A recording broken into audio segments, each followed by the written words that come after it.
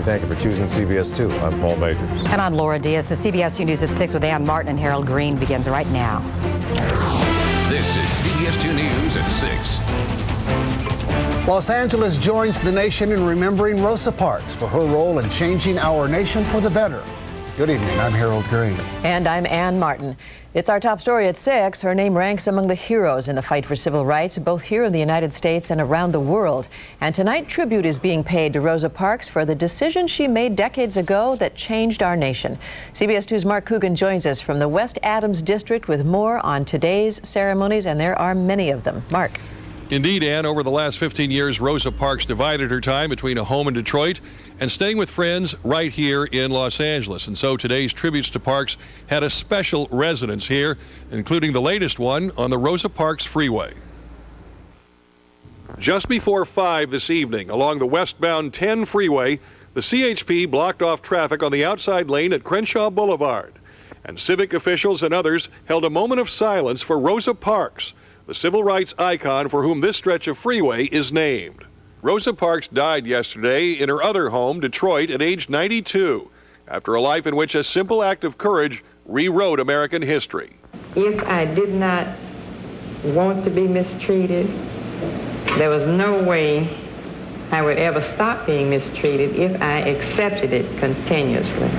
Parks is the woman who challenged racial segregation by refusing to give up her seat to a white passenger on a Montgomery, Alabama city bus in 1955.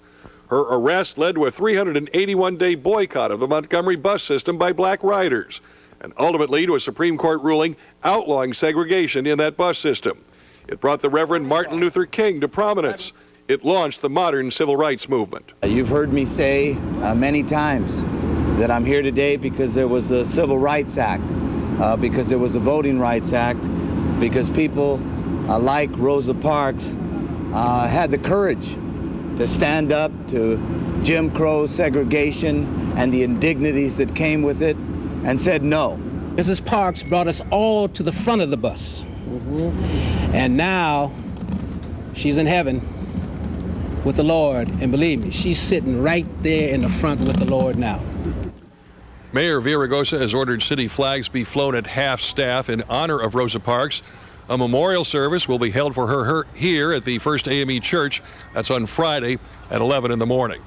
Live in the West Adams area, Mark Coogan, CBS 2 News. Back to you. All right, Mark, thank you for that. While Parks' name is enshrined on freeways and buildings across the country, the one thing civil rights leaders say is critical now that no one forget what she stood for. At the Rosa Parks Elementary School in Linwood, teachers are taking this moment to remind students about her contributions to the world. Apparently, it's getting through.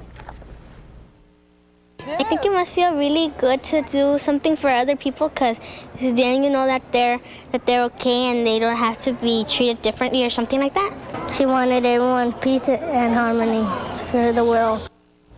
The school's principal says she's making sure that Rosa Parks is remembered as a symbol for all Americans and not just African Americans. We've had breaking news all afternoon and evening in Norwalk. Deputies there are still hunting for an armed robbery suspect who somehow slipped away. This afternoon, the sheriff's SWAT team closed in on a house where they believed he was holed up and threw tear gas into broken windows. But the suspect turned out not to be there. These are some of the school kids who were evacuated from a school that was locked down across the street from all this action. Everybody at the school got out safely. The whole thing began when deputies tried to serve an arrest warrant on a parolee. The hunt continues. Harold. Many of us didn't want this to happen. The U.S. military death toll in Iraq now has reached the number of 2,000. The Pentagon announced 3 more deaths today, including an Army sergeant who died of his wounds at a Texas military hospital and a Marine and sailor killed in combat last week. In Washington, D.C., the Senate observed a moment of silence. Also today, Iraqi officials announced that voters approve that new constitution, laying the groundwork now for a democratic Iraq. Here at home, we are looking into the middle of the week with some strange weather. Cool, rainy. Cool, yep. Feels like fall. Well, and we're also looking ahead all the way to What's happening this weekend? Oh, that would be Halloween. Halloween, yes, Trick or that's right. Come on. It's going to be beautiful for that. But, boy, you know what? Forecast kind of worked out for us last night. We had a little bit of rain, a little bit of light drizzle, cool temperatures overnight. But now we thought we'd have some clearing by the afternoon. And, okay, it's getting late, but we're starting to clear out. But we have another storm system beginning to come on in our area. We'll tell you about that a little bit later. By the way, here's a kind of a nor'easter that's developing in the eastern part of the country and in the north, hence the nor'easter. You'll find a lot of moisture there. It'll be moving up the coast. We'll have more about that in a few minutes. And plus, we're finally going to talk about our weather. We've got more rain coming in. And by the way, these are big-time lows that we're talking about. Maybe rain by the end of the week. And then it's, oh, Halloween. Ooh. Back to you guys. You goblin, you. All right. We'll have more from Johnny soon.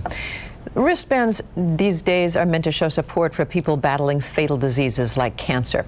Some people are pretty angry that the family of Scott Peterson is selling wristbands to cover their legal costs.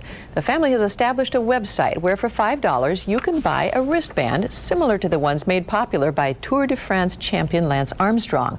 Most of the people we talk to say that's outrageous. A few say, well, a family's got to do what it can to pay its bills. I wouldn't support that because he obviously murdered his wife and his child, so I wouldn't support wearing that. Some way or another, it's got to get paid for. And these people probably, as I understand it, they mortgage their home and everything else to pay his legal fees. They must be broke. No comment so far from the family of the woman Scott Peterson was convicted of killing, Lacey Peterson, about all this. Well, a 13-year